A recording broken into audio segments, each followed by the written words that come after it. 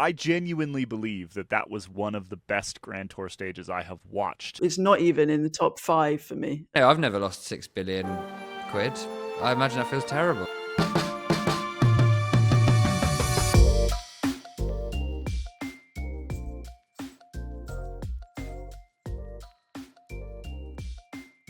Welcome to the show, Kit Nicholson. Good to have you back. Hello. And Jonny Long. Not good to have me back. Kit didn't go anywhere. Kit was on Friday's show too. Yeah. That's true. We had a fantastic weekend of bike racing. I think that's what we're going to spend most of today's show talking about because, well, we are going to discuss actually whether Sunday's Siena stage, Tuscany stage, was one of the best Grand Tour stages in recent memory. I think it was. I think that maybe you two are slightly less convinced, or at least Kit is slightly less convinced. But there's so many storylines, and that's part of the reason why I thought it was so good. One of the biggest was obviously wrapped around our new pink jersey, our new Maglia Rosa, Isaac Del Toro. The first Mexican rider to wear the pink jersey ever. Am I correct in saying? I believe ever. An amazing ride, an absolutely incredible ride. Kid's 21 years old.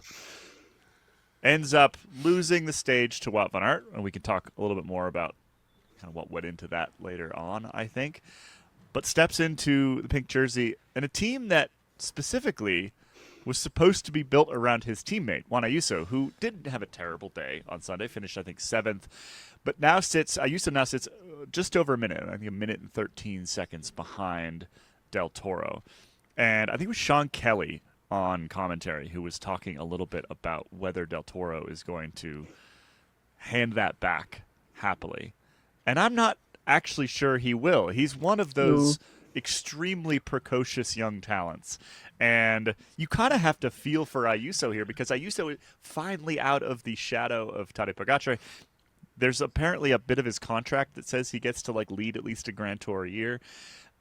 I'm assuming that really, functionally, he's still the leader at UAE. But things just got a little bit more complicated, didn't they? Well, he was supposedly a joint leader with Adam Yates. And it's worth noting that, we're sitting here on the rest day. And so yesterday we had a big shake-up on GC. But part of that meant that there are now 4 UAE riders in the top 10, all above Roglic. That's half of their team, including, obviously, Del Toro, Ayuso, Adam Yates, and Brandon McNulty. So that, obviously it's a ridiculously good team. But I was listening to the same commentary, and Kelly's. I felt like he was using a bit of whatever the opposite of recency bias is. That was Sean Kelly talking because Isaac Del Toro is on the same team as Juan Ayuso and Tadej Pogacar, who was 21 when he won his first Tour de France. This is these riders do. They are absolutely contenders for the overall. And, Pogacar's second Grand Tour was his Tour de France victory. He'd done the Vuelta the year before, just as Del Toro has just done. So why not? I don't think... So you're saying he can win the Giro? You're saying I'm saying that... Del Toro, 21-year-old... I'm saying that we shouldn't be talking about him as if he's not going to. Absolutely, definitely not. Because just the idea that I think he's in with it. I think he's got as good a chance, if not more, than Adam Yates does. He definitely should not be sacrificing himself for Ayuso until he goes pop. I think it would have been way more interesting if Roglic hadn't had such a bad day, and if you'd had Roglic in the pink jersey, and then you'd had Del Toro, above Ayuso on GC, but not in the pink jersey, because pink jersey is kind of protected, especially in the Giro. They're so the pink jersey. It's probably, is it big in the yellow jersey at all? Probably in terms of to the size of the race. Of passion, and there is more people seem to want the pink jersey. Tradition. More people have access to the pink jersey, I think. Yes, Amore Infinito. So that I think that would have been if I had one complaint about how things have shaken out by this first race day, that'd be the very small complaint. Your complaint was with Roglic. Come on, man. Yeah, but then I wouldn't want Roglic to not return to type. It shows that the universe is currently in equilibrium, and also having the dominant team having some sort of leadership crisis is also perfect. We're kicking it old school with a Wout van Aert victory and Yeah, a Roglic crash. But the reason I think Del Toro has a much better chance, maybe than Sepkus Welter, is because I think Juan Ayuso is now going to just sort of stress and anger himself into not winning. Can I show you guys, before we get into the nitty gritty of it, can I show you the current vibe at the time of recording of UAE Team Emirates at the Giro? Yeah, we have a live feed into the Giro. We have a live feed into the Giro rest day press conference. You've got paper airplane. You've got Machine sitting in the middle with the UAE Team Emirates logos behind. I think that the two bald men need to have their name they tattooed on their forehead because they look identical. Yeah, but one is has been buffed by some sort of machinery, and the other one has more wrinkles than a 1,000-year-old oak tree. Or as Ian pointed out, one looks like he accidentally, allegedly put plasticizers into his blood 20 years ago. Or did the thing in Star Wars when he gets all the electric and becomes the Sith Lord. Could be that as well. But anyway, next to Machine, the younger bald man who's in charge of UAE, is Isaac Del Toro with his curly, floppy hair, very, very My Chemical Romance vibes. So maybe we could start that transfer rumor because he's dressing for the job he wants. And then the other side, you've got Juan Ayuso not paying attention, folding up a piece of paper and throwing it away as a paper aeroplane.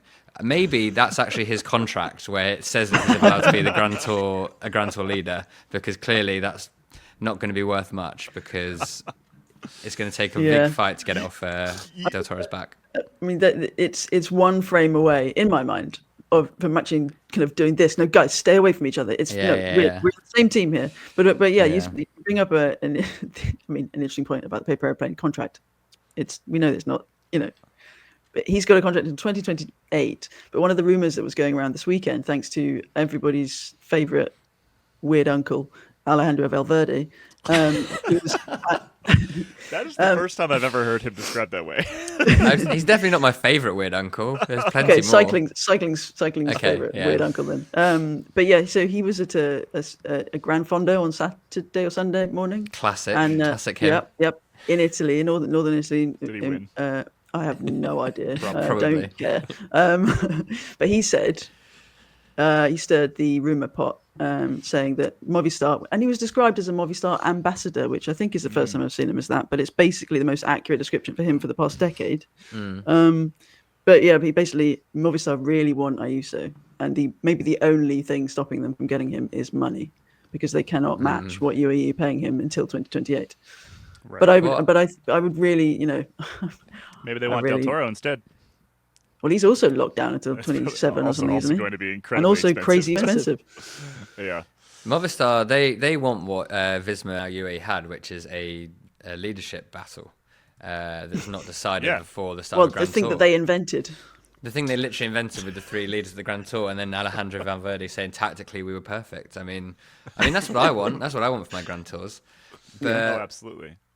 It's the way this can shake out is either, and Isaac Del Toro has, he's now played his hand in the best way possible, because immediately in the press conference afterwards he said it's great to be in the race lead, I'm gonna do my best, but if Ayuso or even Adam Yates the foil in this to sort of try and calm everything down, sort of the dampener that you need to stop things getting out of hand, the fake leader that everyone can pretend is in power.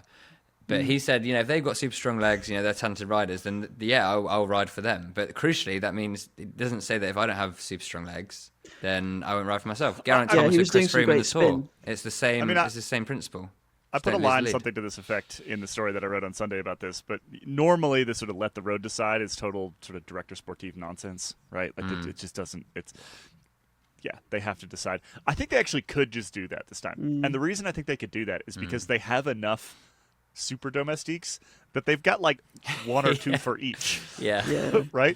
They are they so can protect, much in they control. Can actually protect both riders. I mean, like you said, Kit, they've got 4 in the top 10.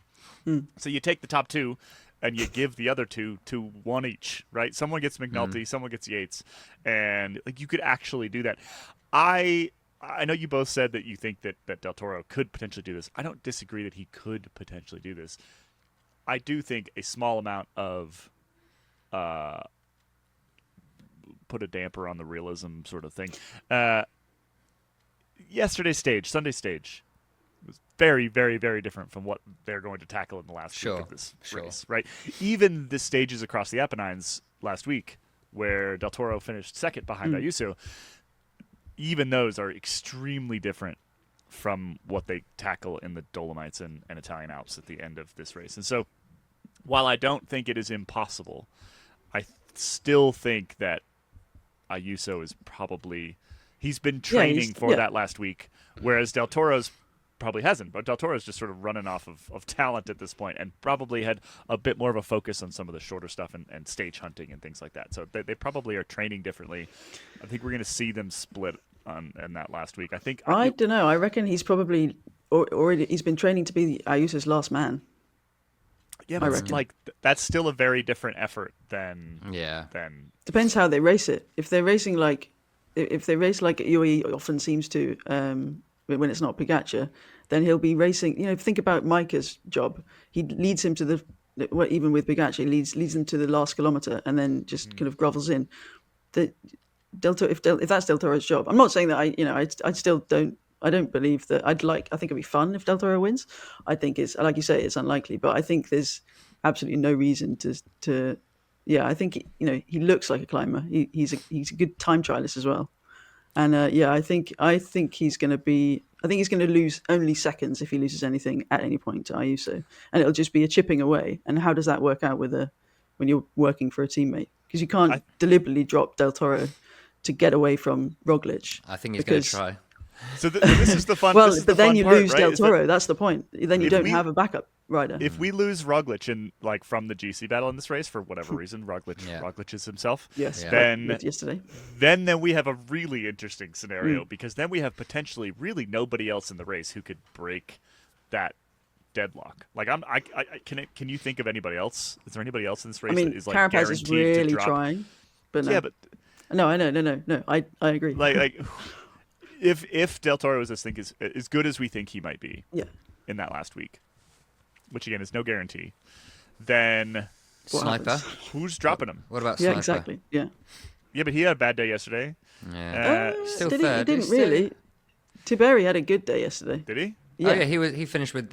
He finished ahead of Ayuso. He finished ahead of Ayuso. Ayuso was dropped on the climb into Siena. There was so Tiberi much had a good happening day. yesterday. I had in my notes at some point that he was falling off the back, but maybe Nope. he just came No, right he back had a on. good day. The key thing is that this won't be old news by Tuesday's time trial, barring disaster, because in the stage 2 time trial, the difference between Ayuso and Del Toro was 1 second. Ayuso 1 second faster, and it was half the length of Tuesday's time trial. So Actually, almost a third of the length. Yeah. Oh So no, that's not good. quite. Yeah, no, it's half of that.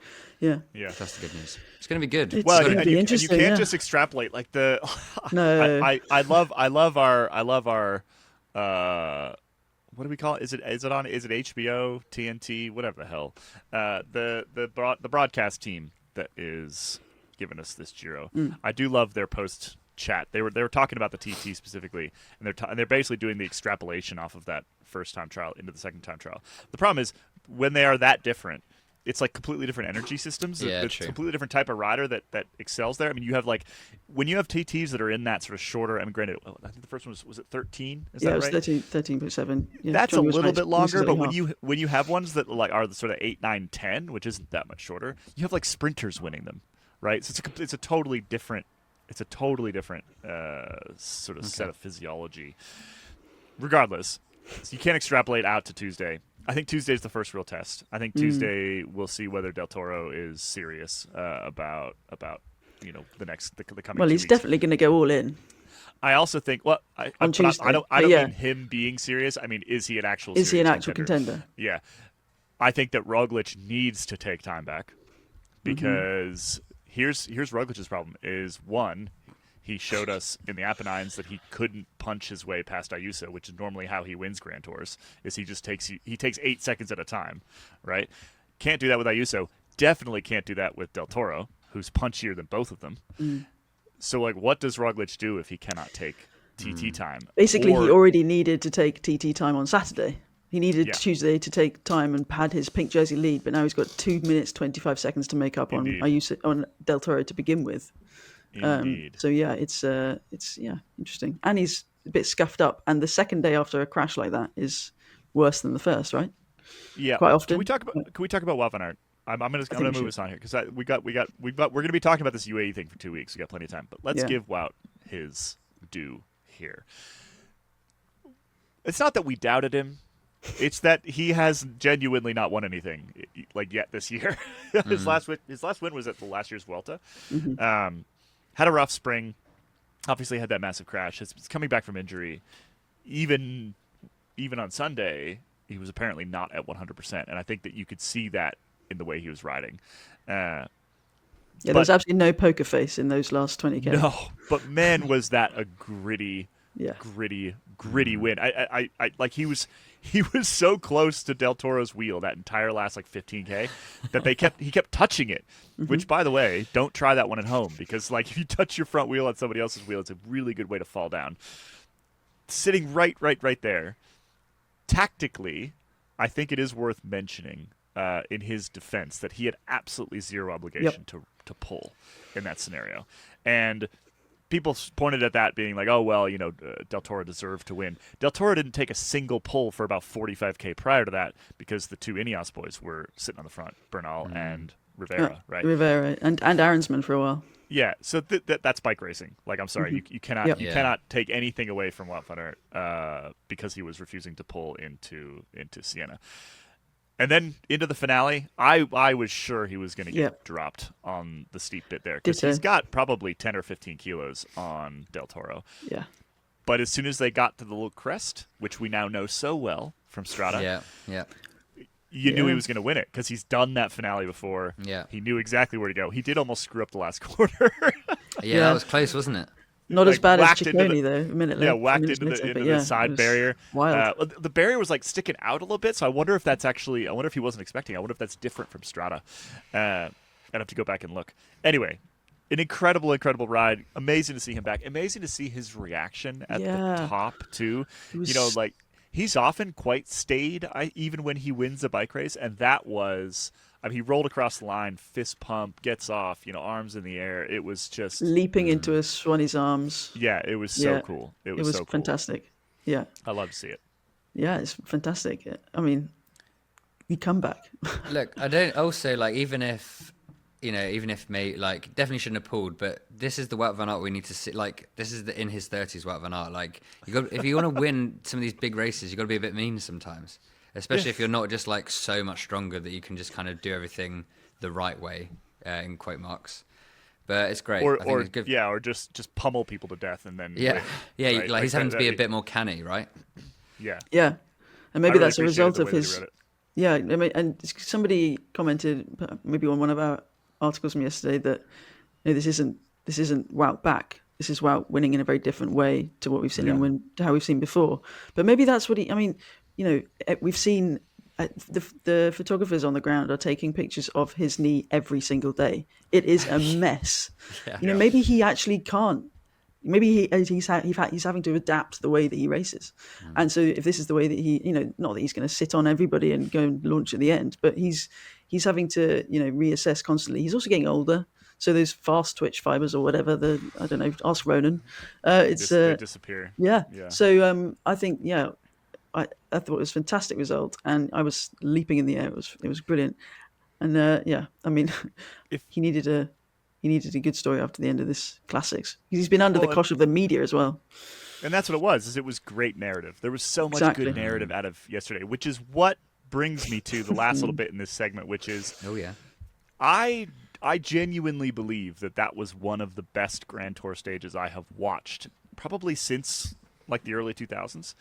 And allow me to make the case, and we'll maybe present some other options. I'm not saying it was the best, because frankly, I think you need like the two best Grand Tour racers in the world to somebody to be involved to make it the best. Or just but more it had phases. So much. Yeah, it had so much going on. It had every time I would like turn to my laptop and write some notes about what was happening, and turn back to the screen, something had happened and something was different, and every single time. Just madness for 90 minutes or 2 hours or so, right?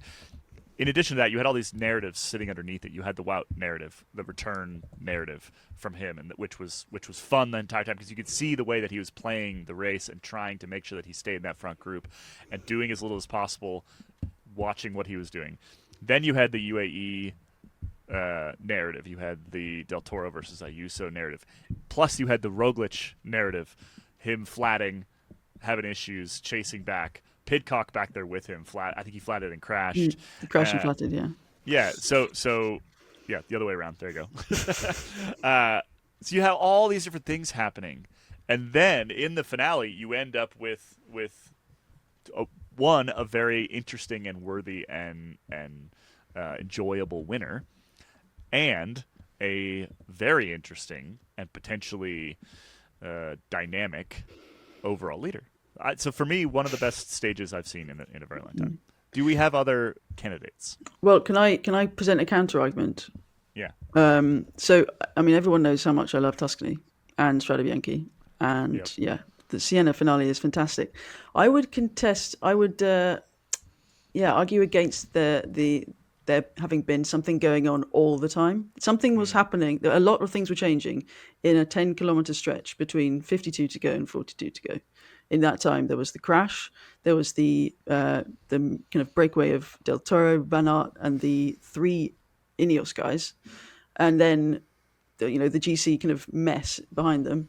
Then Roglic punctured, but then from that point on, there was the stage win that was up for grabs, and then there was Ayuso stuck in the middle, and was anyone going to work with him? And Roglic chasing, but otherwise it was just kind of that for 35k. And then there was a great finish, yes. But I think one of the and maybe one of the reasons that I do find myself sitting here going, yeah, I definitely get the narrative element. And obviously there are other stages that we'll talk about in a second that also had that and made them so great. But I think one of the issues that this stage had was that it's going to always be compared to Strade Bianche, which is always better, even when there's a solo winner. Than that, there was not enough Strade Bianche. Even when there's a solo winner, I don't think so. I think. I don't mean the whole thing. I mean the racing, and the racing is. Yeah, but I think Grand Tour Strade Bianche was more interesting than single day Strade Bianche for me because of all of the GC layer. Yeah, like Tour de France, right? Paris-Roubaix. Right, because like so if you didn't have the GC layer underneath it, you would have had Del Toro refusing to pull Wout van Aert for 15k, right? Because he would have had no real reason to. He would be like, no, we're gonna trade off, and you're gonna pull, but because Del Toro had a potential upside to just sitting on the front, which was a pink jersey, obviously, then he was willing to do that. And without that, the whole dynamic of the race changes. And I think I liked it more than like Strade this year, for example, for sure. Well, for sure. Yeah, I mean, I think maybe. I think you're right there in the I mean, and it couldn't really have had much more gravel, but I still think that maybe it's negative, the kind of negative racing on the back foot racing is obviously that's kind of an underdog narrative, but I will admit to when that crash happened, I was like, oh no, is this going to be the moment when there are punctures and disasters and 8-minute differences at the end, and we'll be questioning whether this should be in the race. But I don't know. I feel like the result was fantastic, and we have got the UAE narrative that has kind of been building for days. But it was more exciting than any of the stages have been so far. I think, but it's not even in the top 5 for me. Okay, what about calling it the best Grand Tour stage that doesn't feature a rider who's won the Tour de France in the past 5 years? I think it's. I don't think I even need it to be a Tour de France winner because they go solo too quickly. Yeah. I think it needs. I think it needs. I don't know, more people trying to fight for the win. And I don't know. Keep in mind that until was it La Tolfe, which is also the sort of now classic finale to Strade, we still had Egan Bernal in there, and we had. Yeah. Are you sure it's Egan Bernal, by the way? Because it could have been Juan Ayuso. Might have been Juan Ayuso. Because that's what Isaac Del Toro. We didn't talk about that. Yeah, we didn't talk about that. That was sorry, we missed that. That was Isaac Del Toro's excuse for Riding going hard for it, while- riding yeah, hard he because thought he that thought was that he's like, oh well, they're both wearing white. I thought it was a one ISO. It's like if you look at Bernal's Colombian national champs jersey, there is some white on it, but there's also a lot of red, yellow, blue. It's They're also quite a lot they're not- smaller. Big They're Ineos not the logo. same size. Their bikes No. are completely different colors. Yeah. I mean, that it's said, like dusty, that said, but sure. like I've been in a bike race before and been totally, you're Yeah, on the limit. and You- the you dust can't at that really point tell was what's happening. The dust absolutely is gnarly. ludicrous. Yeah, everyone was Yeah. white. Here's a, it is cycling. Here's a here's a thought. Is actual Strada? I'm taking us on a bit of a tangent here. Is actual for it. Strade Bianche now too hard? Yeah, well, I thought- for I Wout thought Bernal, the- definitely. I thought I think that was the other interesting thing about yesterday's stage, and the reason why I liked it more is because you had Vácek and Van Aert and a couple others who would not probably be up and in and around it in Strada in the last year or two or three. Yeah. Because they made it harder and harder and harder, and they've basically made it like, okay, if Pogacar wants to win it, he can just go win it. And I think that is a real problem because I want to go back to when Tej Benoot could win it, and I think that was a much better that was race. the year that Yeah. Van Aert made it was his second road race of his road career after Omloop, 2018. and he finished Yeah. third. And it was that year that he cramped in the wet on the final climb and slipped over. Okay, was so so good. I will say, you've convinced me that it's better than Strade Bianche has been certainly recently, but I definitely. Well, let's talk about some of the disagree other that it was- stages that would maybe be up here. And I realize that we've now been, we haven't taken a break in half an hour, but Col de Grenelle for me, Top. if we're talking Yeah, about obviously. like since we have to define it since 2010. Yeah. We like to let's continue to split things based on the biological passport. I think that's this is just Why a not? nice place Yeah. to do it. Yeah. So right around 2010, I think Col de Grenelle, where we've got just incredible tactics from Big Ago and company. Everything. We had everything in that stage, right? We had the reigning Tour de France champion cracking. It was excellent. It's just so good.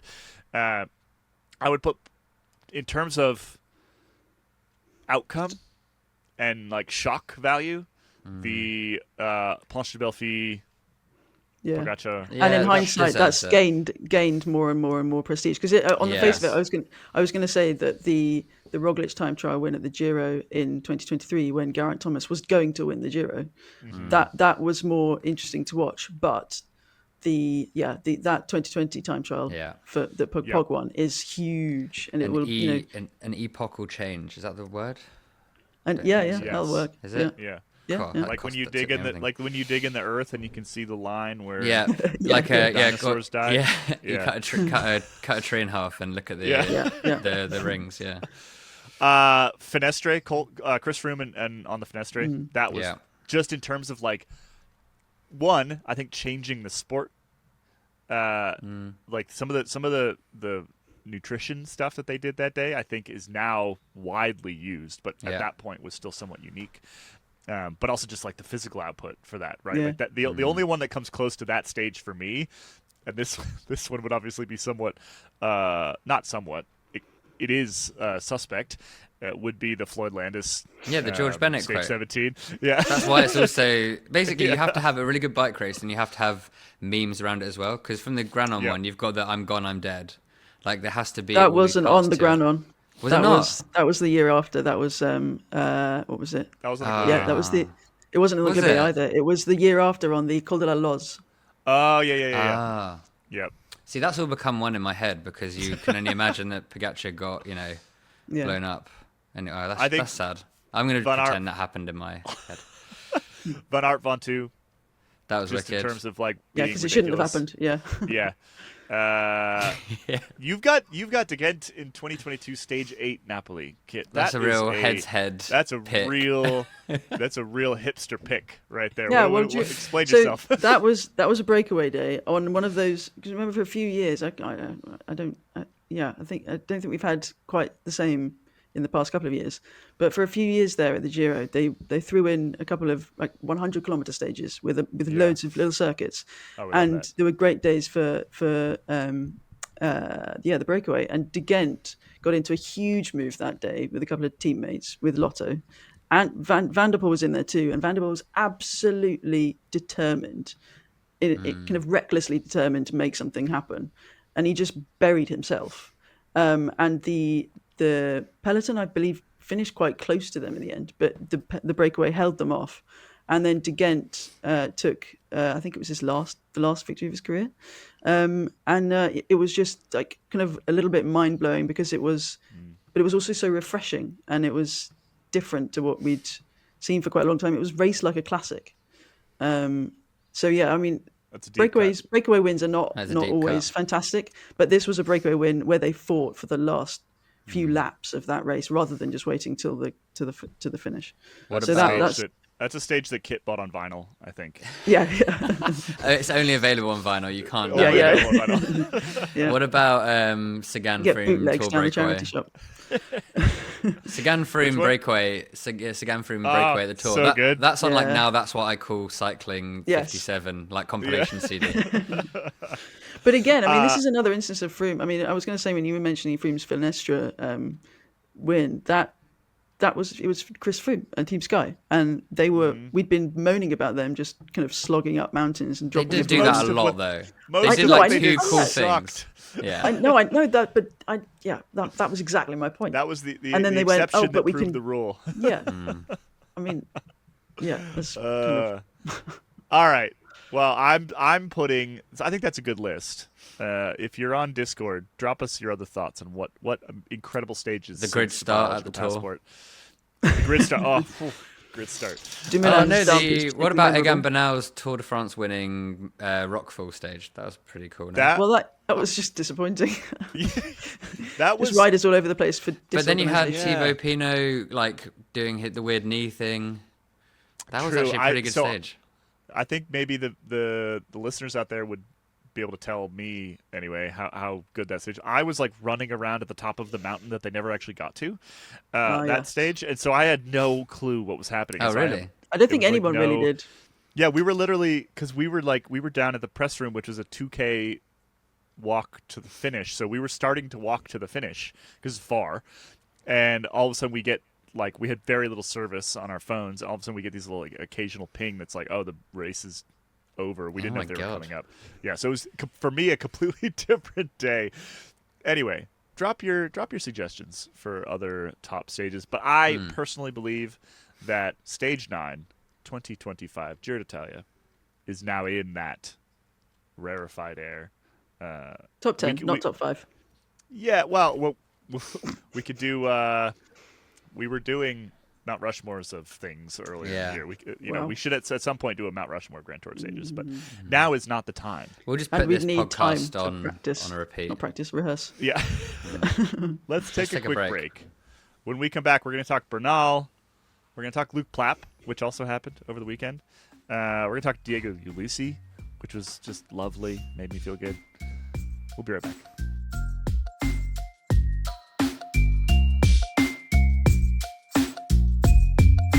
Welcome back, everybody. We're going to get to the next biggest story of the weekend. That would be the British success at the 4/5 days of Dunkirk. Yeah, I was trying to work. This to the run sheet? I added this, and I added this partly because I'm a bit of a history buff, and it's almost exactly 85 years since the evacuation of Dunkirk after the failed France campaign from the British Expeditionary Forces. So that next weekend is the 85th anniversary of the mass evacuation, a huge retreat.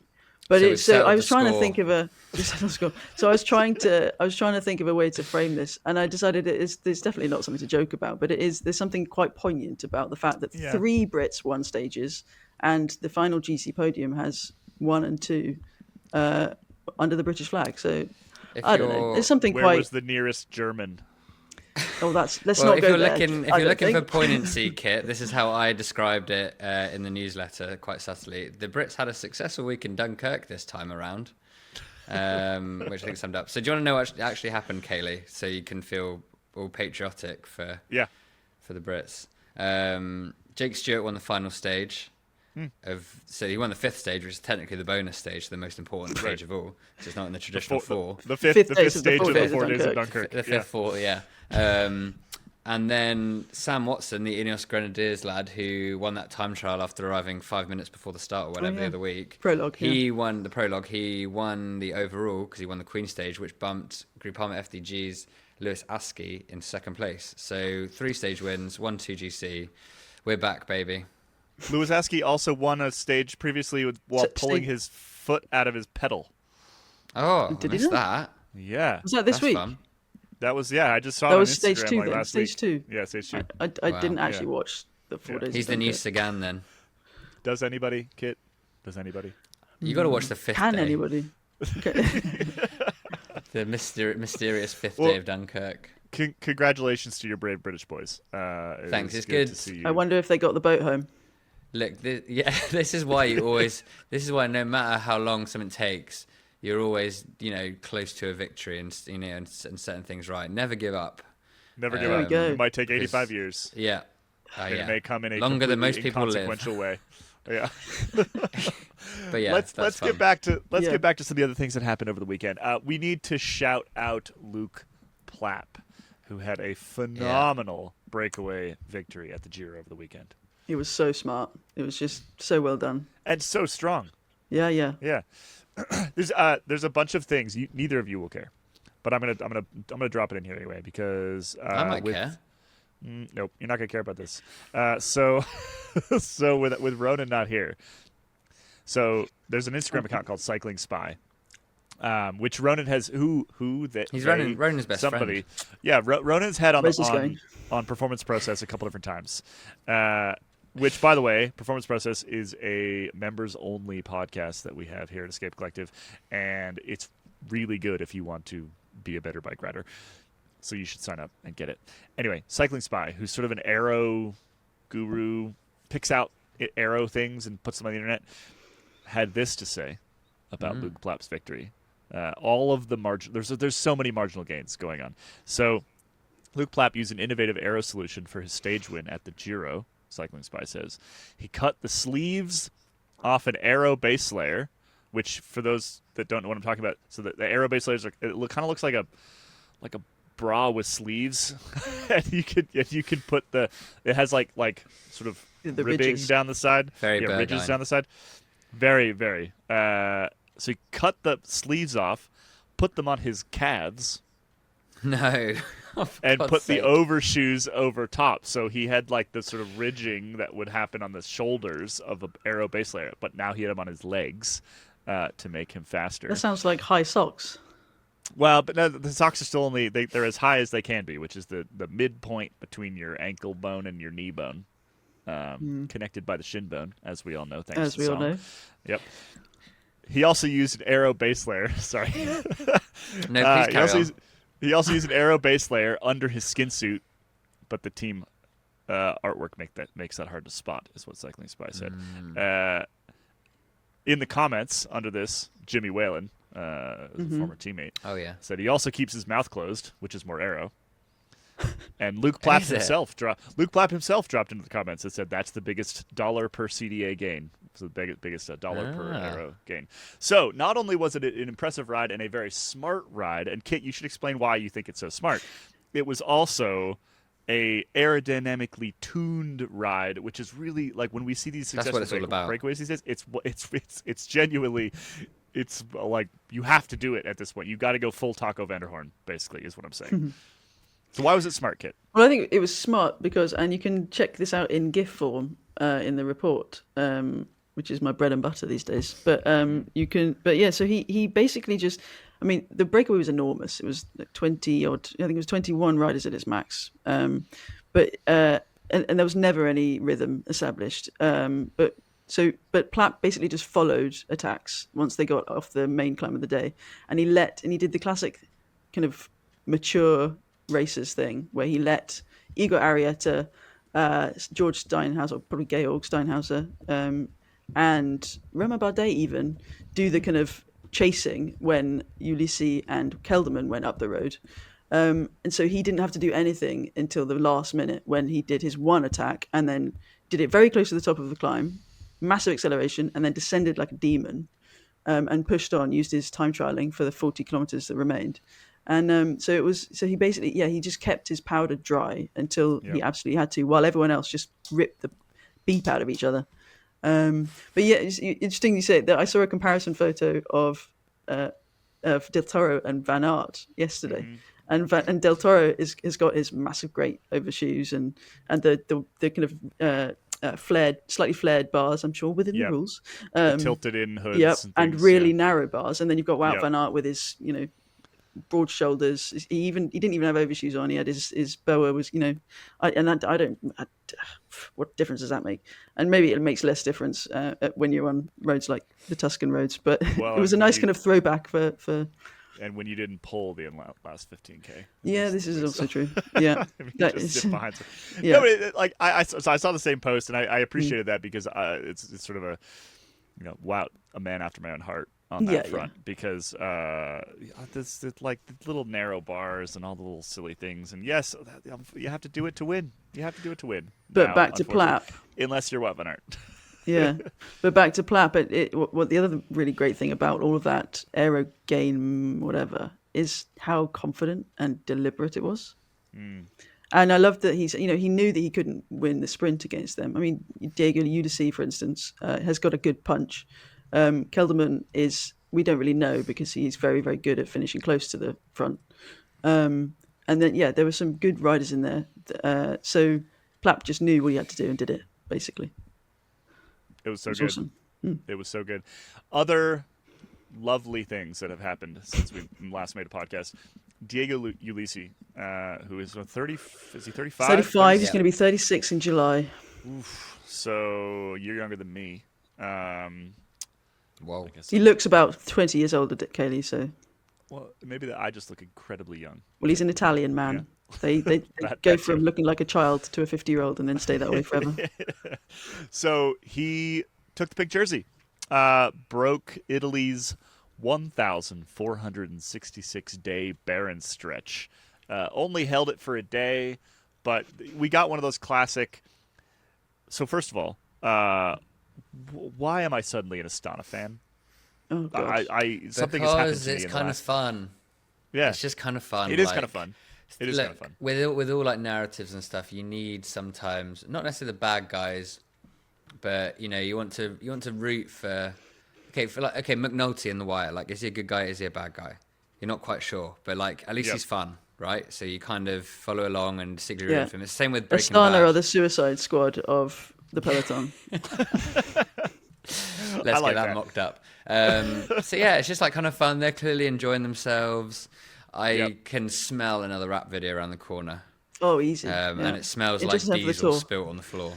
But yeah, the favourite thing about that 1,466-day barren stretch stat is that really it's within the last 100 stages, but it's just because the Giro only happens every year that you can just make it seem like way bigger than it actually is. Yeah. So that's the main thing to take away from that stat. But it was such an Italian thing, such a Giro thing. I mean, Ulissi he did his first Giro in 2011. This is his 12th Giro. He's won 8 stages. This was just classic Italian. How happy he is. It was absolutely brilliant. And he's Tuscan. So he was going to be the guy in the pink jersey riding into Tuscany. Unfortunately, by the time they got into Tuscany, he was almost already out the back. But he knew that he wasn't going to stay in the pink jersey. So just to hold it for a day and to be able to say he did that at the tail end of his career is nice. Bloody awesome. And it's so classic Italian Giro. I love it. If you're watching on YouTube, I've just pulled up the Instagram clip of when he finds out that he gets pink. And it is he almost lovely. What was another classic Astana thing though is he almost lost it to Fortunato, who you see in that clip too, who went on the attack in the finale again. He was also in the breakaway. They had 2 options there, and Fortunato was going after KOM points. But towards the end, when it was clear that Plapp was going for the win, and Ulissi was trying to get as many seconds as he could, Fortunato then just kind of pinged off the front of his group as well. And so they were both. It was almost like he's like, "Ooh, we've got to get the pink jersey. It doesn't. Maybe it could be me." But see, that's the great thing about Astana is because there wouldn't have been all the political hand-wring of like Ayuso versus Isaac Del Toro. Like, as far as I can understand Astana, it's like rules of the jungle. It's like whichever lion is biggest and can tear the other one to pieces, they're the one that's in charge. And there's a simplicity to that which I think is undervalued. I mean, it's a team run by Alexander Vinokurov. What do you want? That's Yeah. that's what it's going to be. Well, they have basically been told. They have basically been thrown into a lion pit and told to try, to fight each other, because they've been told everyone, we've got an internal tally who can score the most points. There must be a huge bonus. It's sort of Glengarry, Glen Ross vibes. I love it. Steak knives for second place. All right, that's the. Look at us, guys. Look at us. What range? Last thing on my list here. Can we do a really quick chapeau to Egan Bernal and his brave Ineos boys? They're super brave. One, super brave. Bernal had a great day in general. Hung on, could not hang on over La Tolfe, but still had a pretty superb day for his GC efforts. And he also was doing both him and Rivera were doing a fair amount of pulling, and so I'm not too surprised that when Del Toro really decided to go and when Wout decided to go, he wasn't. Yeah, having been sitting on both of them, yeah. Yeah, I mean, Bernal at that point just tried to sort of do his own race and sit at his own pace, and he was going to end up with more time by not trying to follow at that point. And so I think he had a great day. We've talked about Bernal for a couple of years now as he's been making his way back from that horrible crash. We keep saying, "Oh, is he there? Is he back? Is he Bernal?" And I think the answer now is yes. And he's said that his power is actually better than it was before the incident. Well, it would have to be. It's changed so much, the sport. Yeah, but the sport is also faster. So I think that he's in with a genuine shout at a podium here. Yeah.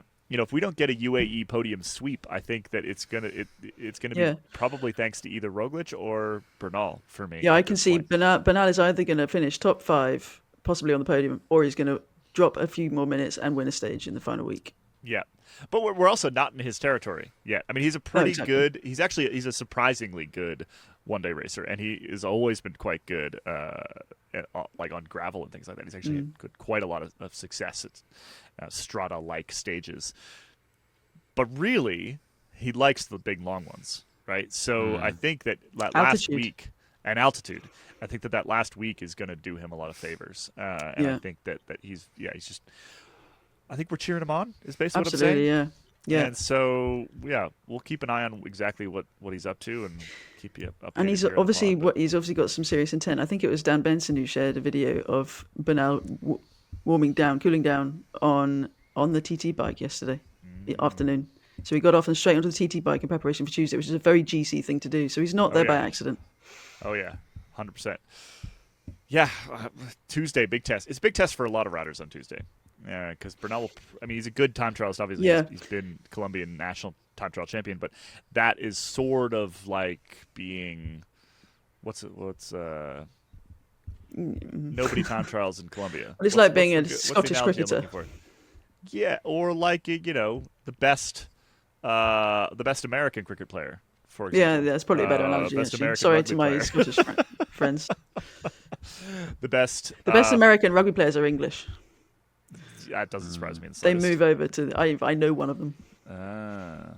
Yeah. So I went to school with him. That's a decent analogy. Took me a second to get there. Thank you for the help, Kit. All right, I think that is it for that segment.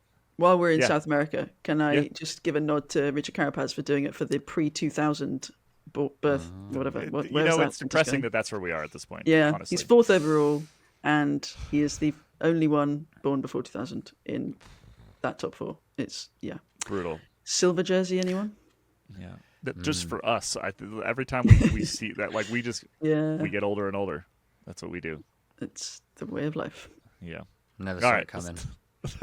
Let's take a quick break.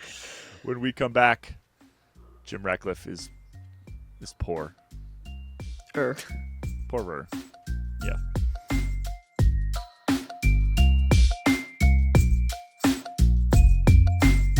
Welcome back, everybody.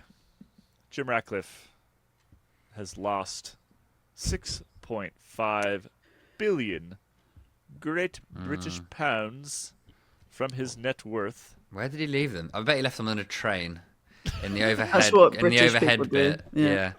British billionaires and politicians. And people who own like priceless violins are always doing that. It feels like There are always Why? those news stories talking about. I don't know. It's So what just a very happens? British thing. What happened to Jim? Well, this Is he Little Jim now? He's not Big Jim anymore. He's Little Jim. Not quite. A bit smaller Jim, maybe. We'll come up Smaller with a Jim. nickname. We'll workshop that this Okay. week. Yes, according to the latest Sunday Times Rich List, which is basically like Forbes under 30 for Over for 60 year over olds. 60s who read the Sunday Times, of which that's the only people. The who Forbes want under to- 30 is generally just a who's about to be arrested. Yeah, it it's- seems so. So it's And kind of Demi like Vollering. that. Yeah. Or whoever's done the pay to Well- play of like $20,000 to get on the list. Anyway, Who knows what Demi's been up to, Kit? Who knows? who knows? Yeah. Yeah. Well, Allegedly. she rescued that goat from the that big pit somewhere in Spain, in Greece. So that's, I don't think they arrested you for Suspicious. that though. Yeah. No, but it's suspicious. You're being so moral that so there's something there. Anyway, we're not here to talk about Demi Vollering or No. how she's definitely not. Anyway, Sunday Times Rich List. Medium-sized Jim. We can only presume that the reporting they've done on this they stole from another publication. We just don't know which one because they haven't linked back. Yeah, according to their latest assessment of his wealth, he's lost a quarter of it. So he's now, unfortunately, only worth 17.046 billion. How's he going to survive? I don't know. I mean, if I see him in the street, I will lend him a fiver, just because I'm a nice person. But yeah, it's not going wrong necessarily. If you're a billionaire, surely you have like at least 1 billion like locked up somewhere where you can't spend it, right? I mean, I To think make so. sure you stay a billionaire. But yeah, so will this impact anything? Probably not. Seems like the cycling team is going to be half saved by Total Energies, who'll do their chemical money in it. But I think this is more just a chance to, send some good vibes to medium-sized Jim and his, because I've never lost 6 billion quid. I imagine that Yeah. feels terrible, and also to have it I published mean, in a newspaper. And only to have 17 billion left. I mean, yeah, like- you're gonna have to really. I But was maybe just this is doing the why. math. I was just doing the math on how long it would take To your spend average it. cycling journalist to make $17 billion.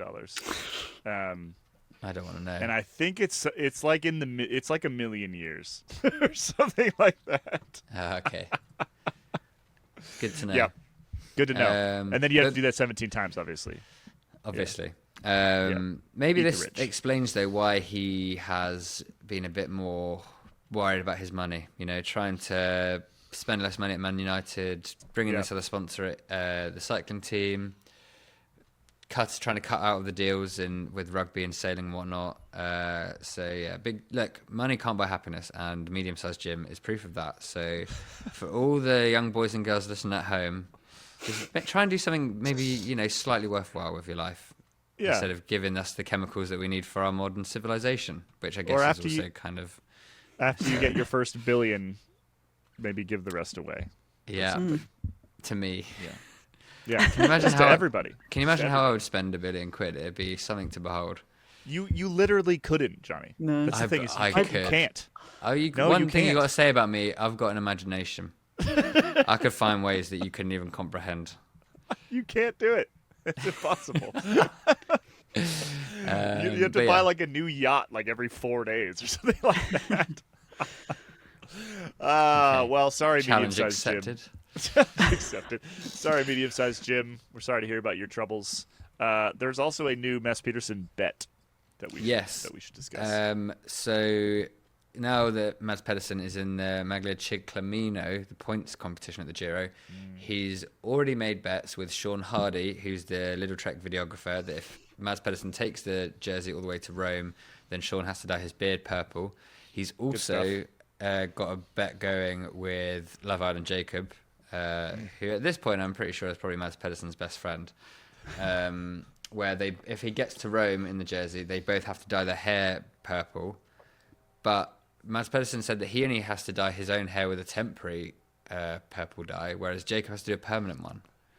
So I can't imagine Jacob agreeing to that, but We'll find out in July because it would still be. Well, there. Jacob's going to look Right. very different because he's at the moment sort of like a slightly more wizened, like Milky Bar kid, if that comparison translates.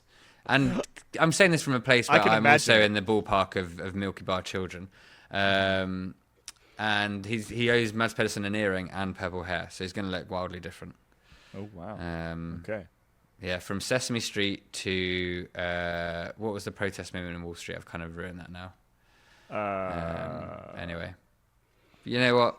Not all jokes land. We'll move on to corrections corner. Do we have some corrections? Yeah, do you remember the word I was trying to think of last week? It was Schadenfreude. Oh, To describe him as I pedestal can't remember the context. I had about 6 people email me about that one, which is Good. it's quite high. Usually I just get like 1 or 2, but everyone was like clearly screaming at their preferred podcast player. It's most Being of our like, "You audience, idiot." so yeah. Yeah. 6. Yeah. Six people. Yeah, it was my mum, my dad, your mum, your dad. And then we also got the relegation stuff, not necessarily wrong, but it was more to the point that Picnic Post&L can't rely on being the top ranked pro team if they get relegated from the World Tour, because that's only done on a 1-year basis, and Picnic Post&L would not qualify for that. So more to the point that Picnic Post&L seem to be very relaxed and calm when they shouldn't be, and it doesn't make sense. So there's the corrections. I'm sure we'll have more corrections for next week or Friday, probably Friday. That's a good correction. Before we wrap up, because I think that is the end of the show. Before we wrap up, I do want to mention something that we have not mentioned enough. Our member purchase program. Ah. So it's very simple. If you're a member, you can get 20% off on all sorts of different brands that we've sort of partnered up with. To be clear, these are not affiliate programs, so we don't get any cash out of this. We're just helping you save some money. Benefit. Okay, I see. Yeah, that's all it is. But for example, you can basically pay for your membership with a couple purchases if you're using this program, because a lot of them, like I said, 20% off. So given the price of bike stuff these days, it doesn't take much to then pay for the entirety of your escape membership. Make it pay for itself, basically. Do you want me to tell you some, or shall I tell you some of the brands and watch me butcher the pronunciation, because obviously none of them can actually sound how they're written down, because that would be good marketing. 7-mesh, Attacker. That's nailed it. I'm wearing a 7-mesh. Oh yeah, I'll go on them. They're good. If you're watching on YouTube, you can actually buy this. It won't say Escape on it, but you can buy this from 7-mesh, 20% off. I'll sell you mine for the right price. Cane Creek, distinct without any vowels in it. Feedback, Hammerhead, Hunt, Map, Mavic, Or Not, Pactimo, Peddler, Poc, Richie, Silka, Velocio. There we go. Bunch of really good kit brands in there, which means if you need to buy some new shorts or some new jersey or whatever, get your 20% off. You will already have gotten a bunch of your membership money back. Yeah, some of these brands, buy a pair of socks and 20% off gets you the membership cost. I mean, that is very true. That is very true. Or for example, let's click on Silk over here, the Super Pista Ultimate.